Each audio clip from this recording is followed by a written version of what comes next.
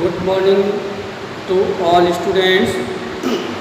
Genius Public Inter College की online class में आप सभी का स्वागत है।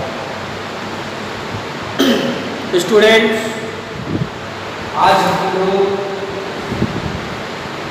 गोस्वामी तुलसीदास जी द्वारा जो राम लक्ष्मण परशुराम संवाद आप लोगों के पाठ्यक्रम में रखे गए हैं, उनका हम बचे हुए जो काव्य पंक्ति है उस पर चर्चा करेंगे। पिछली क्लास में आप सभी लोगों ने तुलसीदास जी की जो पंक्तियां हैं उनमें आप लोगों ने देखा कि तुलसीदास जी लक्ष्मण की वाणियों के माध्यम से कहा,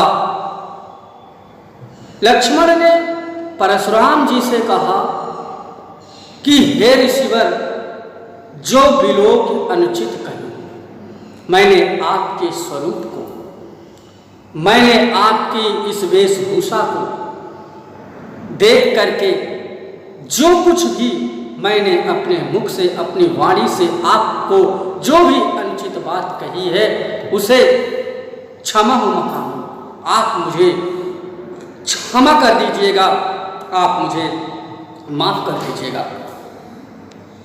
जब लक्ष्मण की ऐसी वाणियों को परशुराम जी ने सुना तो परशुराम ने क्रोधित वाणी में कहा कि कौशिक सुनहु मंद यहु बालक। इन्होंने कहा, परशुराम जी ने कौशिक, कौशिक माने होता है विश्वामित्र, है ना? उन्होंने कहा कि कौशिक, हे विश्वामित्र, कौशिक का अर्थ यहां पर विश्वामित्र से लिया गया है। कहा कि सुनहु कौशिक, हे विश्वामित्र, सुनो मंद यह बालक, यह बालक बड़ा कुबुद्धि है, बड़ा मंद बुद्धि वाला बालक है, जिसके पास बुद्धि नहीं होती है वह मंद बुद्धि का बालक कहलाता है। तो परशुराम ने कहा कि यह बालक बहुत कुबुद्धि है, मंद बुद्धि वाला है, कुटिल काल बस निज कुल बालक, है ना? यह कुटिल काल के वश में, कुटिल काल के वश में होकर के निज, निज माने अपने, कुल माने परिवार, घालक माने होता है घातक। यह बालक अपने कुटिल काल के वशीभूत होकर के अपने परिवार का घातक बन रहा है। भानुवंश राकेश कलंक, है ना? इन्होंने कहा कि भानुवंश राकेश कलंकु, यह सूर्यवंश का, सूर्यवंश रूपी राकेश कलंकु, है ना? चंद्रमा का कलंक है, निपट निरंकुश, बिल्कुल उद्दंड। निपट माने पूर्ण रूपेण से उद्दंड, शरारती, निरंकुश, जिस पर कोई अंकुश नहीं होता है। अंकुश कहा जाता है जिस बालक पर कोई कमांड नहीं होती, कोई पकड़ नहीं होता, कोई दबाव नहीं होता है। जैसे हर परिवार में बच्चे के माता पिता का अंकुश होता है, दबाव होता है, उस पर कमांड होती है, परंतु कह रहे हैं परशुराम जी कि यह बालक जो है निरंकुश है, अर्थात तो यह बिना किसी अंकुश का है, बिना किसी दबाव का है, अपने मन का बालक है, अबुध और मूर्ख है और असंकु, असंकु माने निडर। यह बालक निरंकुश, पूर्ण रूपेण से उद्दंड, निडर और मूर्ख है। काल कवल, है ना? काल कवल हुई क्षण माही, अर्थात काल कवल होई है क्षण माही। अभी यह बालक क्षण मात्र में ही काल के वशीभूत हो जाएगा। कहाँ पुकार खोर मोहिनाही। मैं पुकार करके कहता हूँ, मैं अच्छे प्रकार से कहता हूँ कि फिर मुझे कोई दोष नहीं देगा। परशुराम जी ने कहा कि फिर मुझे कोई दोष नहीं देगा, तुम हटकहु जो चाहु कुबारा। हे विश्वामित्र, हे ऋषिवर, तुम अर्थात आप हटकहु जो चाहु कुबारा। यदि आप चाहते हैं कि इसके प्राणों की रक्षा हो जाए, इसके प्राण बचे रहें, तो कहीं प्रताप बलु रोष मारा। हे ऋषिवर, आप इस बालक को हमारे प्रताप अर्थात हमारी शक्ति, हमारे बल और हमारे रोष क्रोध के विषय में इस बालक को अच्छे प्रकार से समझा दीजिए, ताकि मेरे पराक्रम के विषय में जान करके, मेरी शक्ति के विषय में जान करके यह बालक जो अनर्गल बक रहा है, यह बालक जो मेरा अपमान कर रहा है, यह अपमान बंद कर देगा, तो इसके प्राणों की रक्षा हो जाएगी। इसके बाद कहा, लखन कहेहु मुनि सुजस तुम्हारा, तुम्हि अछत को बरने का। लखन की लक्ष्मण परशुराम की वाणियों को सुनते रहे और मौका पाते ही लक्ष्मण ने कहा, मुनि सुजस तुम्हारा। हे ऋषिवर, आपके यश कीर्ति के गान, आपके कीर्ति का बखान आपसे बढ़ करके कौन कह सकता है। तुम्हें अछत को बरने पारा, आपसे बढ़ करके इस सभा में आपके विषय में कौन वर्णन कर सकता है। अपने मुंह, है ना, कहा कि अपने मुंह तुम आपन करनी, बार अनेक भांति भू करने। आपने अपने मुंह से अपने विषय में आपने जो कुछ भी विशेषता हासिल की है, आपने जो कुछ भी अपने जीवन में कार्य किया है, आपन करनी, अपने किए हुए कर्म को आपन करनी कहा जाता है। आपने अपने किए हुए कार्यों को अपने मुख से ही वर्णन कर दिया है। बार अनेक भांति बहुवर्णी, आपने अनेक बार बहुवर्णी और अनेकों प्रकार से आपने वर्णन अपने विषय में कर दिया है। नहीं संतोष तो पुण्य कछु कहूँ, जनि वृषि रोग दुसह दुसह। नहीं संतोष, इस पर भी अगर आपको संतोष नहीं है तो पुण्य कछु कहूँ, तो फिर से आप अपनी विशेषता के विषय में कुछ कह लीजिए। अभी भी आपको लगता है कि आपकी विशेषता के विषय में जो कुछ भी बाकी रह गया है, अभी कुछ बाकी है, तो आप अपने मुख से उसका भी वर्णन कर लीजिए। जन ऋषि रोग दुसह दुसह, क्योंकि ऋषि मने क्रोध, रोग मने रोक करके आप अपने अंदर उठे हुए क्रोध को, उमड़े हुए क्रोध को रोक करके उस क्रोध को अपने ही अंदर समा जाने का जो दूसरा दुख होता है, उसे आप मत सहन कीजिए। यहाँ पर तुलसीदास जी ने कहीं न कहीं यह भी दर्शाया कि आपके जीवन में अगर कभी कोई व्यक्ति आपके समक्ष क्रोध करता है, तो आप उसके क्रोध के समक्ष बड़ी शालीनता से पेश आइए, ताकि वह व्यक्ति अपने दुख, अपने क्रोध को बाहर निकाल सके। और जब उसके अंदर का क्रोध निकल जाएगा, तो वह व्यक्ति एक समय अपने आप को संतुष्ट फील करेगा, महसूस करेगा।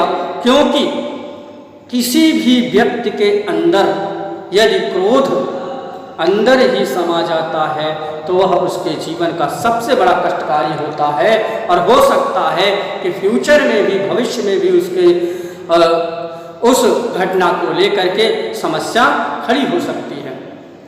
वीर व्रती तुम धीर अछोबा, गारी देत पावो न पावो सोबा, है ना। कह रहे हैं कि हे ऋषिवर वीरव्रती तुम हो, आप वीरता को प्राप्त करने वाले हैं, आप वीरता को धारण करने वाले हैं और धीर धैर्यवान हैं, अक्षोभा और शांत स्वभाव वाले पुरुष हैं। गारी देत न पावम सुरभा, आप जैसे महापुरुष के मुख से ये गाली देते हुए आपके मुख से शोभा नहीं देता है। फिर इसके बाद उन्होंने कहा कि सूर समर करनी करहि कहीं न जनावहि आप, विद्यमान रन पाई रिपु कायर कटिबता। कहे सूर समर, कह रहे हैं कि हे ऋषिवर शूरवीर जो शूर होते हैं, जो योद्धा होते हैं, वो समर माने होता है युद्ध भूमि। युद्ध भूमि में करनी करहि, अपने कर्म के द्वारा, अपनी युद्ध कौशल के द्वारा अपने कर्मों को, अपनी वीरता का प्रदर्शन करते हैं। कहीं न जनावहि आप, अपने बारे में विषय, अपने विषय में अपनी वीरता का प्रदर्शन युद्ध भूमि में अपने मुख से कह करके नहीं दर्शाते हैं। विद्यमान रणपाई रिपु कायर कथयता, क्योंकि रणभूमि में अपने शत्रु के समक्ष, रिपु माने शत्रु, विद्यमान माने पा करके, शत्रु को अपने समक्ष पा करके कायर कथयता, जो कायर होते हैं वही अपने विषय में, अपनी शक्ति के विषय में अपने प्रलाप करते हैं, अपना बखान करते हैं। जो अपने तुलसीदास जी का कहने का मतलब ये है कि लक्ष्मण जी ने परशुराम जी से कहा कि जो कायर लोग होते हैं वही युद्ध भूमि में शत्रु के समक्ष अपनी शब्दों की वाणियों से अपनी विशेषता को बताते हैं। जो शूरवीर होते हैं, जो योद्धा होते हैं, वह तो युद्ध भूमि में अपनी युद्ध कौशल के माध्यम से अपनी युद्ध कौशल को, अपनी शक्ति का प्रदर्शन करते हैं।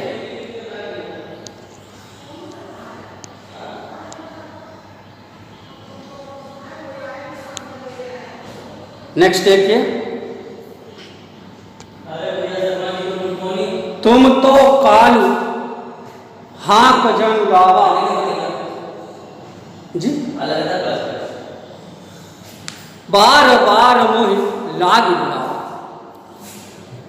लक्ष्मण ने परशुराम जी से कहा कि बार बार मोहि लाग बुलावा।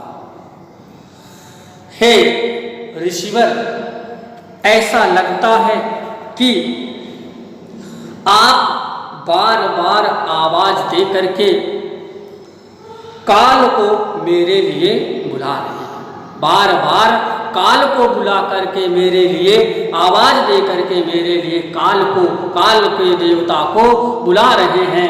क्यों कहते, ऐसा लगता है कि आप जो है सुनत लखन के वचन कठोरा, परस सुधार धर्यो कर पूरा, है ना। जब लक्ष्मण जी ने ऐसी वाणी अंतिम में कहा और इससे पहले भी जो वाणी कहा और अंत में कहा कि हे ऋषिवर, ऐसा लगता है कि आप काल को बार बार बुला करके मेरे लिए बार बार आप काल को बुला रहे हैं आवाज दे करके, सुनत लखन के वचन कठोरा। तुलसीदास जी वर्णन कह रहे हैं कि सुनत लखन के, परशुराम जी लक्ष्मण के इन वाणियों को, कठोर वाणियों को सुन करके अत्यधिक कठोर वचन में बोला और कैसे, परस सुधार धर्यो कर बोला। कर माने हाथ, परस माने फरसे, सुधार माने सुधार करके, ले करके, धारण करके परशुराम ने अपने फरसे को तान करके क्रोध के वशीभूत होकर के रौद्र रूप में आकर के कहा, अब जन दे दोष मोहि लोगु कटुवादी बालक बचो। अब इस सभा में उपस्थित चाहे लोग मुझे दोषी ही क्यों ना माने, मुझे चाहे गलत ही क्यों ना माने, कटुवादी बालक बच्चों को, यह बालक कटुवादी, कटुक वचन बोलने वाला, अपमान करने वाला यह बालक अब वध करने योग्य हो गया है। अब यह मृत्यु को निश्चित प्राप्त कर जाएगा। बाल बिलो की, परशुराम ने कहा कि बाल बिलो की बहुत मैं बाचा, अब यह उमर निहार भाषाचा। मैंने बालक समझ करके, बाल बिलो की मैंने बालक समझ करके बहुत बाचा, मैंने बहुत बार इसके गलतियों को माफ करके मैंने इसको बचाता रहा, अब यह उमर निहार भाषाचा। वास्तव में यह बालक अपने इस कटु वचन के कारण मरने योग्य हो गया है, अब इसकी मृत्यु निश्चित है। ऐसे क्रोध भरे वाणियों से परशुराम ने लक्ष्मण को डराना चाहा। कौशिक कहा क्षमे अपराधु, बाल दोष गुण कनहि न साधु। जब विश्वामित्र ने देखा कि परशुराम का क्रोध अत्यधिक रौद्र रूप में आ चुका है, अत्यधिक हो गया है, तब विश्वामित्र ने कहा कि कहा क्षमी अपराधु, हे ऋषिवर, हे श्रेष्ठ मुनि, इस बालक के अपराध को क्षमा कर दीजिए। बाल दोष गुण कनहि न साधु। जो साधु लोग होते हैं, जो सज्जन लोग होते हैं, जो श्रेष्ठ लोग होते हैं, वे बालकों के दोषों की गणना नहीं करते हैं। अर्थात जो सज्जन लोग होते हैं, जो ऋषि लोग होते हैं, जो मुनि लोग होते हैं, वे बालकों के गलतियों को, बालकों के अपराध को गणना नहीं करते हैं, उनको माफ कर देते हैं। इसके बाद कहा कि खर कुठार मैं अकरुण, है ना,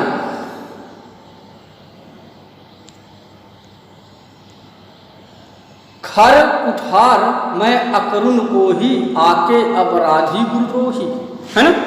इन्होंने कहा कि परशुराम जी ने वो बोला कि तीखी धार, खर कुठार, तीखी धार के कुठार और अकरुण को ही, अर्थात मुझ दया रहित और क्रोधी के सम्मुख, परशुराम ने कहा कि तीखी धार के कुठार और मुझ दया रहित और क्रोधी के समक्ष यह गुरुद्रोही उत्तर दे रहा है, अपराधी गुरुद्रोही, यह गुरुद्रोही मुझे उत्तर दे रहा है, समझा रहा है। उत्तर देत छोड़ो बिनु मारे, केवल कौशिक शील तुम्हारे। अर्थात हे कौशिक, हे विश्वामित्र, मैं आपके इस शील स्वभाव और आपकी शालीनता के स्वभाव को देख करके ही मैं इस बालक को छोड़ दे रहा हूँ। न तो यही काट कुठार कठोरे, बुरह उरन होता श्रम थोरे। नहीं तो आज ही इसी समय इस बालक को अपने इस कुठार से, अपने इस फरसे से इसकी गर्दन को काट देता। बुरह उरन होता श्रम थोरे, और श्रम थोड़े, थोड़े परिश्रम में ही यह आज अपने गुरु के ऋण से, उरिन माने ऋण, अपने गुरु के ऋण से मुक्त हो जाता। भारतीय संस्कृति में इस बात का वर्णन है कि इस संसार का मानव अपने जीवन में 3 ऋणों से बंधा होता है। देव ऋण, पितृ ऋण और जो गुरु ऋण है, उन 3 ऋणों से इस मनुष्य अपने जीवन में बंधा होता है और उसको अपने इन 3 ऋणों से मुक्त होना पड़ता है। तो जब मैं इसकी गर्दन को काट देता तो यह लक्ष्मण थोड़े परिश्रम से ही अपने गुरु के ऋण से मुक्त हो जाता। अंतिम में तुलसीदास जी कहते हैं कि गाध सुन या कह हृदय अस, मुनि हरियरे सूझ, आय मैं खाण न ऊख मैं, अजह न बूझ न बूझ। तुलसीदास जी वर्णन कर रहे हैं कि इसमें श्री राम लक्ष्मण के जो स्वरूप है, लक्ष्मण का जो वास्तविक स्वरूप है, उसका दर्शन कराना चाह रहे हैं कि परशुराम को, ऋषि को सर्वत्र हरी हरी ही सूझ रही है, अर्थात सदैव अपनी विजय ही विजय दिखाई दे रही है। क्यों? क्योंकि परशुराम को कहीं न कहीं अपने शक्ति पर अहंकार है, और अहंकार के वशीभूत होकर के, क्रोध के वशीभूत होकर के किस मनुष्य को किसके समक्ष कैसी वाणी बोल रहे हैं ऐसा उनको ज्ञान नहीं है। क्योंकि अयमय खाण न ऊखमय अजहु न बूझ, क्योंकि यह जो लक्ष्मण है अयमय खाण, आय माने होता है लोहा, मय माने निर्मित, लोहे से बना हुआ खाण है, गुड़ है, न ऊखमय, कोई ऊख से ईख से बना हुआ कोई गुड़ नहीं है जो सरलतम से उसको खाया जाए। अजहु न बूझ अबूझ, आज भी अर्थात मुनि अब भी बेसमझ बन रहे हैं। क्यों? क्योंकि लक्ष्मण का जो वास्तविक स्वरूप है शेषा अवतार, उस शेषा अवतार की पराक्रम और उनकी शक्ति का अंदाजा परशुराम को नहीं है। तुलसीदास जी ने इस काव्य के माध्यम से यही समझाना चाहा कि परशुराम को लक्ष्मण के वास्तविक स्वरूप का ज्ञान नहीं है। तो सभी स्टूडेंट्स अपने इस लेक्चर को, अपने इस व्याख्यान को ध्यान पूर्वक से सुन लेंगे। अगर कहीं पर किसी भी स्टूडेंट्स को समस्या होती है तो आप तुरंत कॉन्टैक्ट नंबर पर संपर्क करके अपनी समस्या का समाधान कर सकते हैं। नेक्स्ट क्लास में हम लोग इनके बचे हुए कविताओं और प्रश्नोत्तर पर चर्चा करेंगे। आज की क्लास यहीं तक। Thank you, best of luck, have a nice day.